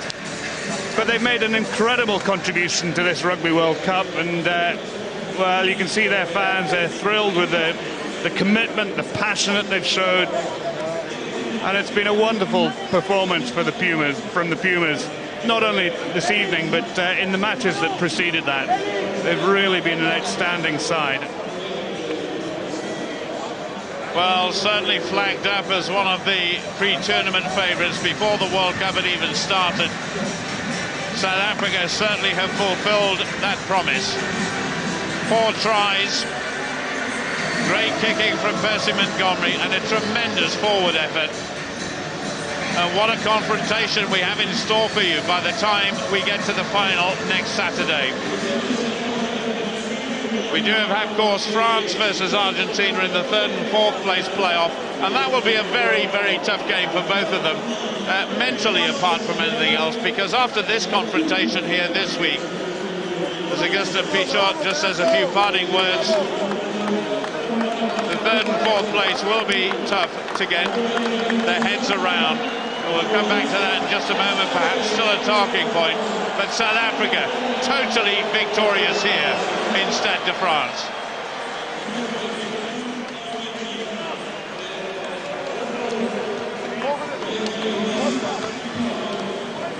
Johnny looked very composed out there. Great victory for you, and now you're through to the final. Yeah, very happy. I think the boys stuck to their guns. We had a distinct plan that we wanted to make sure they happened in the first 40, and I think it went really well. Probably rested a bit on our laurels in the first part of the second half, but all in all, I'm happy with the clinicalness. When Argentina scored that try just at the start of the second half, did you have any doubts at that time? I think there was a lapse in concentration. It's pretty easy to get the boys up after something like that when they know that they've done themselves in over there. So I think it was just a wake-up call for us just to get back into our structure, and pretty happy with how they turned it around from there. Now England again. Yeah, can you believe it? Twice in one World Cup. They've done fantastically to get to the World Cup, and they've played some good World Cup rugby, which is why they're over there. But happy with today's results. We'll pick up tomorrow for next week's preparation. Thanks to Ernie, he started off with a 1-0 to South Africa this afternoon. Congratulations, thanks, John. Thanks very much indeed to Robbie Knock for the interview there with John Smith, the South African captain. And just while we come towards the end of the programme, a quick word first of all about that third and fourth place playoff game. It's going to be a hard one, isn't it? Yeah, I played in it in '91. It's a dreadful game to play in. Augustin, they managed to take advantage of all of your errors and turn them into points. Yeah, well, South Africa is South Africa. Well done, better team today. Nothing to say, a world-class team. Now, obviously, you're obviously disappointed, but you put your hearts into that match. Yeah, we gave everything, and I'm very proud of the guys. We did a lot of errors, but we left the field with everything we had, and that's it. Rugby's like that, you pay the errors. They're going to beat France again? I don't know, the World Cup for us is over. Gracias. Well, Augustin Pichot, whoever takes over the number 9 jersey in the captain's role from this man, whose international career will end after next week, has got a very tough act to follow. Yeah, it's tough, and well, you can see the look of disappointment on the faces.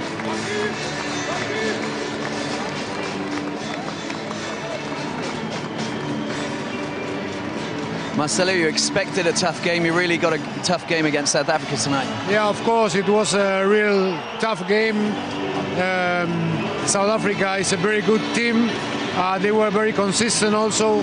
We made a lot of errors, and we paid it with a high price. Yeah. But, well, rugby is like that. You cannot waste your attention, and that's what happened today. When you scored that try just at the start of the second half, did you really think that you could actually bring forward and win this match? Yeah, I thought that maybe we could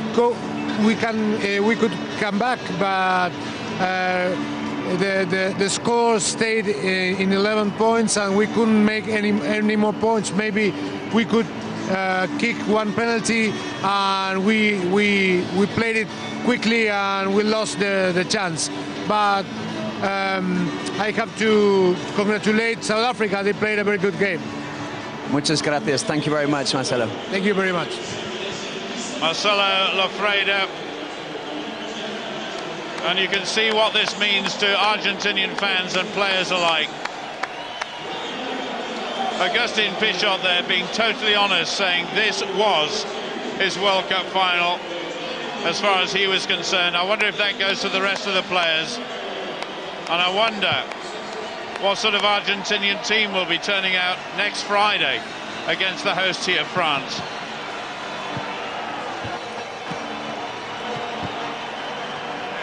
It's Jake White next. Jake, did that go exactly as you planned it? No, I've got to be fair and say that there were times there I think we just really got a bit nervous, and I think it's the nature of this competition. I think people don't understand how much pressure there is on these players, and at times I think everyone really wants to not make a mistake.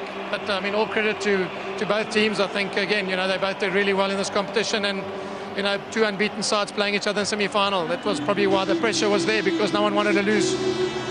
You can't be nervous in the final, can you, against England? Once again, you're playing them twice in this World Cup. Yeah, I mean, I think you will be nervous. I mean, again, I think the one thing England got in their favour, a lot of players who played in the Rugby World Cup in 2003 and won it in the final, so probably new ground for us and old ground for them, but you know, finals are to be won, and you know, the one thing I said to the players, history is an amazing thing. We've never lost a final in the Rugby World Cup, and nor have they, so let's hope our record stays. We'll see you next week. Congratulations once again, Jake. Thank you very much. Thank you. Well, David, that's the first time I've seen Jake White smile in the last 5 weeks. Oh, I interviewed him in, I think, the first match they played. He was quite happy then. But that was before they played Samoa, so they've come a long way since then, and now they're in a Rugby World Cup final. Well, if you're statistically minded, that is the story. We're just about to go down pitch side to meet the man of the match, who of course is Daniel Russo. But Augustin Pichot, this meant so much to him, but they can be so proud of what they've achieved so far. There's one of their great men, Hernandez, the outside half as well. But certainly the South African forwards played well, and Daniel Russo was magnificent. Danny Russo must be a fantastic feeling making it through to the final of the 2007 Rugby World Cup. Yes, unbelievable. First of all, I just want to take the chance and thank God for this opportunity he's giving us, and we're just looking forward to the final. Well, because of your part in this fantastic performance against Argentina tonight, we'd like to award you, especially Antoine here, with the Man of the Match award. Congratulations.